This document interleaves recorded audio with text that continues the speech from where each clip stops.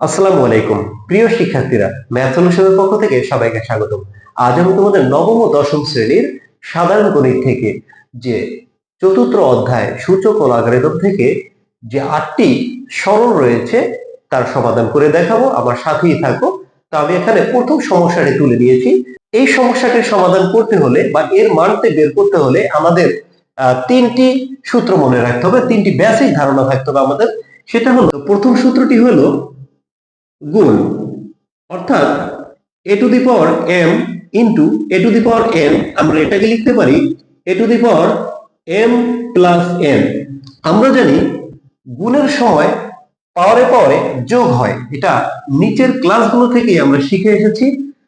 এরপরে আমরা যে সূত্রটি মনে রাখবো সেটা হলো শূন্য সূচক, অর্থাৎ a two the power 0 equal 1, অর্থাৎ কোনো কিছুর পাওয়ার যদি শূন্য হয় তার মান 1, আমরা এটা মনে রাখবো। এরপরে ঋণাত্মক সূচক, আমরা মনে ঋণাত্মক সূচক, অর্থাৎ a ইনভার্স 1 অর্থাৎ 1 বাই a ইনভার্স 2 অর্থাৎ 1 বাই a স্কয়ার। এই তিনটি বেসিক ধারণা থাকলে তুমি এই সমস্যাটির সমাধান করতে পারবে। তো আসো আমরা এটা করে দেখাচ্ছি। যেহেতু গুণের সময় পাওয়ারে পাওয়ারে যোগ করতে হয়, তাহলে আমরা লিখব 7 3 প্লাস 3 পাওয়ারে পাওয়ারে যোগ করে দেব। যেহেতু এখানে পাওয়ারটি মাইনাস আছে সেহেতু প্লাস মাইনাসে মাইনাস 3 হয়ে যাবে। আর নিচে আছে 3 পাওয়ার 1, যা আমরা লিখি না, পাওয়ার 1 লেখা হয় না, এই জন্য আমরা লিখব 3 1 মাইনাস 4। তার পরবর্তী ধাপে আমরা লিখতে পারি 7 টু দি পাওয়ার 0, কেননা 3 মাইনাস 3 ইকুয়াল 0। আর 3 1 মাইনাস 4, আমরা এটাকে লিখতে পারি 3 ইনভার্স 3। এখন যে সূত্রটি আমরা মনে রাখবো, যে বেসিকটা আমাদের মনে রাখতে হবে, শূন্য সূচক a two the power 0 equal 1। তাহলে 7 টু দি পাওয়ার 0 এর মানও তাহলে কি হবে? 1 হবে। তাহলে লিখলাম আমরা 1। আর এখানে আমরা দেখতে পাচ্ছি ঋণাত্মক সূচক a ইনভার্স 1, আর a ইনভার্স 2 কে আমরা লিখতে পারি 1 বাই a স্কয়ার। আর a 3 ইনভার্স যদি 3 হয় তাহলে আমরা লিখতে পারবো 1 বাই 3 কিউব। অর্থাৎ আমরা এখানে এটাকে লিখতে পারবো যে 1 এই ভাগটা গুণ করে দিলাম 1 বাই 3 কিউব, অর্থাৎ কোন ভগ্নাংশকে তার বিপরীত ভগ্নাংশ, কোন ভগ্নাংশকে অপর কোন ভগ্নাংশ দ্বারা, অর্থাৎ কোন সংখ্যাকে অপর কোন ভগ্নাংশ বা সংখ্যা দ্বারা ভাগ করতে হলে প্রথম ভগ্নাংশ বা সংখ্যাটিকে ঠিক রেখে দ্বিতীয় ভগ্নাংশের বিপরীত ভগ্নাংশ দ্বারা গুণ করতে হয়। তাহলে 1 বাই 3 কিউবকে আমরা লিখতে পারি 2 two the power 3 cube divided 1, অর্থাৎ 27। অর্থাৎ 3 কে কিউব করলে পাচ্ছি 27, 27 অনের সাথে গুণ করলে 27। তাহলে এটা সরলীকরণ করলে আমরা পাচ্ছি 27। তো আমরা এখানে পরবর্তী প্রশ্নটি তুলে নিলাম। তো এটিকে সরলীকরণ করতে হলে আমাদের যে কয়েকটি বেসিক আমাদের মনে রাখতে হবে, তা হলো রুট ওভার এক্স ইকুয়াল, আমরা লিখতে পারি x to the power half, x power half, অর্থাৎ রুটের মান হলো পাওয়ার হাফ।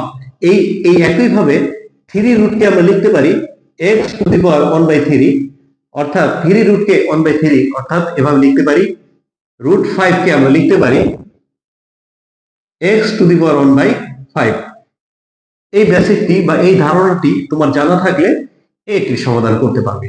তো এখন দেখো, আমি এটাকে লিখতে পারি যে 7 স্কয়ার, আর এই 3 রুটকে লিখতে পারবো 1 বাই 3 ইন্টু আবার 7, এই 3 রুটকে লিখতে পারি আমরা 1 বাই 3, আর শুধু রুট 7 কে আমরা লিখতে পারি 7 পাওয়ার হাফ। এখন আমরা যে কাজটি করব, এই ঘাতের ঘাত আমাদের যে আরেকটি সূত্র মনে রাখতে হবে, a two the power m into a two the power m, এটাকে আমরা লিখতে পারবো a two the power mn। এটাকে বলা হয় ঘাতের ঘাত। এটা একটি সূত্র, এই সূত্রটি মনে রাখতে হবে। তাই ঘাতের ঘাত অর্থাৎ এই বন্ধনীর বাহিরে এবং ভিতরে যদি কোনো পাওয়ার থাকে এটা গুণ করে দিতে হবে। তাহলে 3 ইন্টু 2 ইন্টু 1/3, এটাকে যদি আমরা গুণ করি তাহলে আমরা পাচ্ছি 2/3। আমরা লিখব 7 পাওয়ার 2/3 into 7 power 3, 7 two the power half. এখন আমি এই গুণের কারণে এই পাওয়ার গুলো যোগ হয়ে যাবে, আর এই ভাগের কারণে এই পাওয়ারটা বিয়োগ হবে। আমি আরেকবার বলে দিচ্ছি, এই 7 এর পাওয়ার আর এই 7 এর পাওয়ারটি যোগ হয়ে যাবে। কেননা এটা আমরা জানি গুণের সময় পাওয়ার গুলো যোগ হয়ে যায় আর ভাগের সময় পাওয়ার গুলো বিয়োগ হয়। তাহলে এই দুইটা 7 আমি সবগুলো 7 থেকে একটি 7 এভাবে কমন নিতে পারি।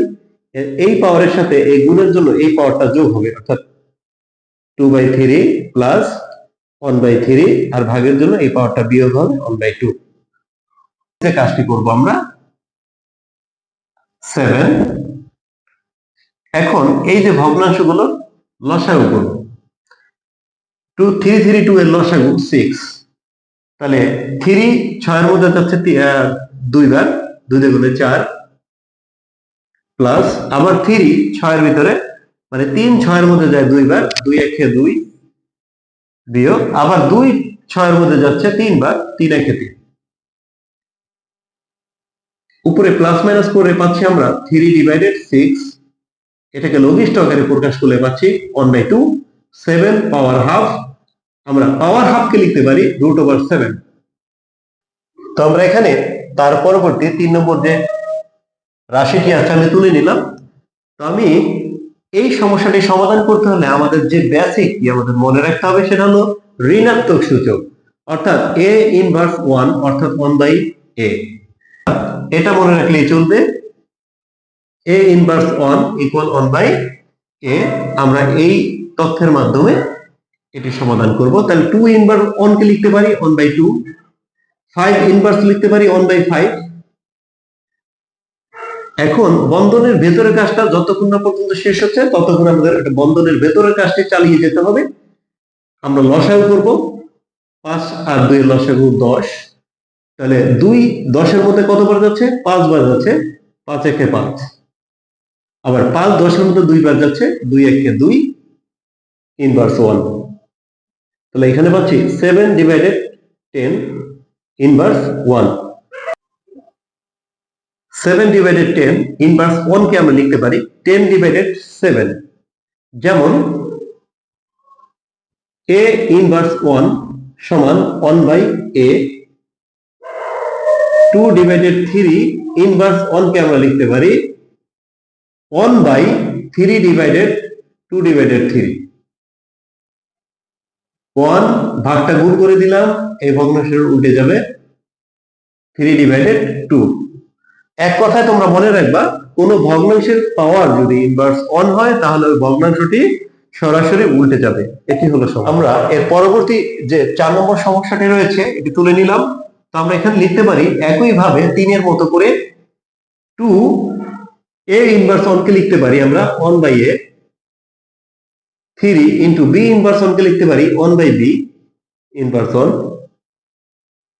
এটা দিয়ে 2 দ্বারা যদি ইনভার্স a কে যদি গুণ করি 2/a প্লাস 3/b ইনভার্স 1। লসাগু করলে পাচ্ছি ab। a দিয়ে যদি ab কে ভাগ দেই b পাচ্ছি, 2 এর সাথে গুণ করলে 2b। b দিয়ে যদি ab কে ভাগ দেই তাহলে a থাকতেছে, 3 এর সাথে a গুণ করলে পাচ্ছি 3a ইনভার্স 1।